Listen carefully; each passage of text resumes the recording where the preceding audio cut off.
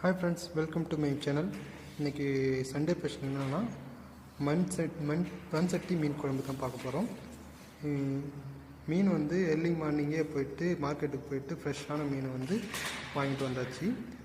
மீனை வந்து ஏன் இங்கே அரோமனில் க்ளீன் பண்ணிகிட்ருக்காங்கன்னா, எங்கள் அத்தை வந்து அங்கேயே க்ளீன் பண்ணியிருக்கலாம். ஆனால் எங்கள் அத்தை வந்து எப்பயுமே ஹோனாக தான் வீட்டில் தான் க்ளீன் பண்ணுவாங்க. ஏன்னா வந்து அங்கே வந்து சரியாக க்ளீன் பண்ண மாட்டாங்க. இங்கே வந்து அத்தை வந்து வீட்டிலேயே எப்பவுமே ரெகுலராக வீட்டில் க்ளீன் பண்ணுறதால ஃப்ரெஷ்ஷாக குடல் எல்லாத்தையும் ஓப்பன் பண்ணிட்டு ஃப்ரெஷ்ஷாக அழகாக க்ளீன் பண்ணிட்டு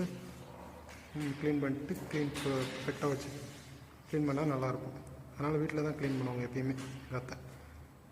இப்போ ஒரு அடுப்பை பற்ற வச்சு சட்டியை வச்சுட்டு தேவையான அளவு எண்ணெயை வைத்து வெங்காயம் வந்து 2 வெங்காயம், பூண்டு வந்து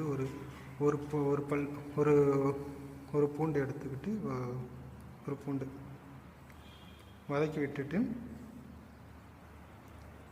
தேவையான எண்ணெய் வந்து அதிகமாக ஊற்றினா மீன் குழம்புக்கு நல்லாயிருக்கும்னு சொல்லிட்டு மறுபடியும் எண்ணெய் ஊற்றினாங்க.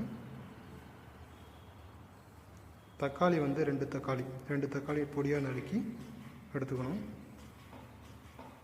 தக்காளி போட்டு நல்லா வதக்கி விட்டுணும். நல்லா வதக்கணும். எப்பயுமே மீன் குழம்புக்கு வந்து வடகம் தான் யூஸ் பண்ணிப்பாங்க. வடகம் யூஸ் பண்ணால் தான் வந்து நல்லது. வடகம் தான் யூஸ் பண்ணுவாங்க. மஞ்சத்தூள் வந்து தேவையான அளவு மஞ்சத்தூள், உப்பு தேவையான அளவு.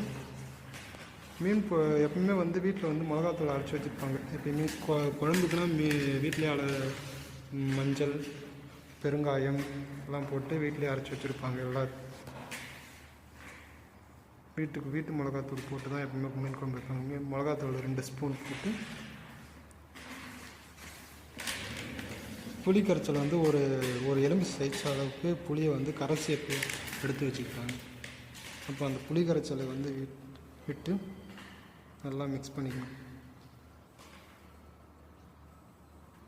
எப்பயுமே வந்து மண் சட்டியில் வச்சு மீன் குழம்பு வச்சு சாப்பிட்டா அந்த டேஸ்ட்டு கூடும். அதனால தான் எப்பவுமே வந்து சண்டே ஆனாலே வந்து மீன் குழம்புனா வந்து வெளியே தான் வைப்பாங்க. மண் சட்டியில் வைக்கிறது எப்பவுமே பர்ஃபெக்டாக இருக்கும். அதனால் வந்து மண் சட்டியில் வச்சு சண்டே ஆனால் மண் சட்டி தான் வந்து மீன் குழம்பு. அதுதான் எல்லாருக்கும் பிடிக்கும் வீட்டில். அதனால் வந்து மண் சட்டியில் தண்ணி விட்டு நுர வந்தோடனே கருவேப்பிலை, கொத்தமல்லி போட்டு தட்டு போட்டு மூடி வச்சுக்க வேண்டியதான்.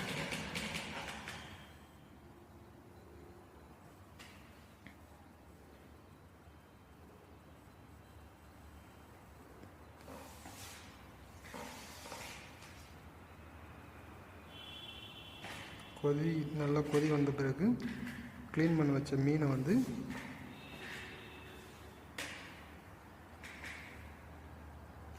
அதில் போட்டு கொதிக்க 10 நிமிஷம் வந்து மீன் கொதித்தாலே போதும். மீன் வந்து அதிக நேரம் கொதித்தா வந்து மீன் வந்து பொலன்னு ஆகிடும். அதனால் வந்து மீனை வந்து எடுத்து சாப்பிட்றதுக்கு வசதியாக இருக்காது. எல்லாம் மீன் வந்து மிக்ஸ் ஆகி முள்ளெலாம் வந்து இதாகும். அதனால் 10 நிமிஷம் மட்டும் கொதித்தாலே போதும் மீன் குழம்பு.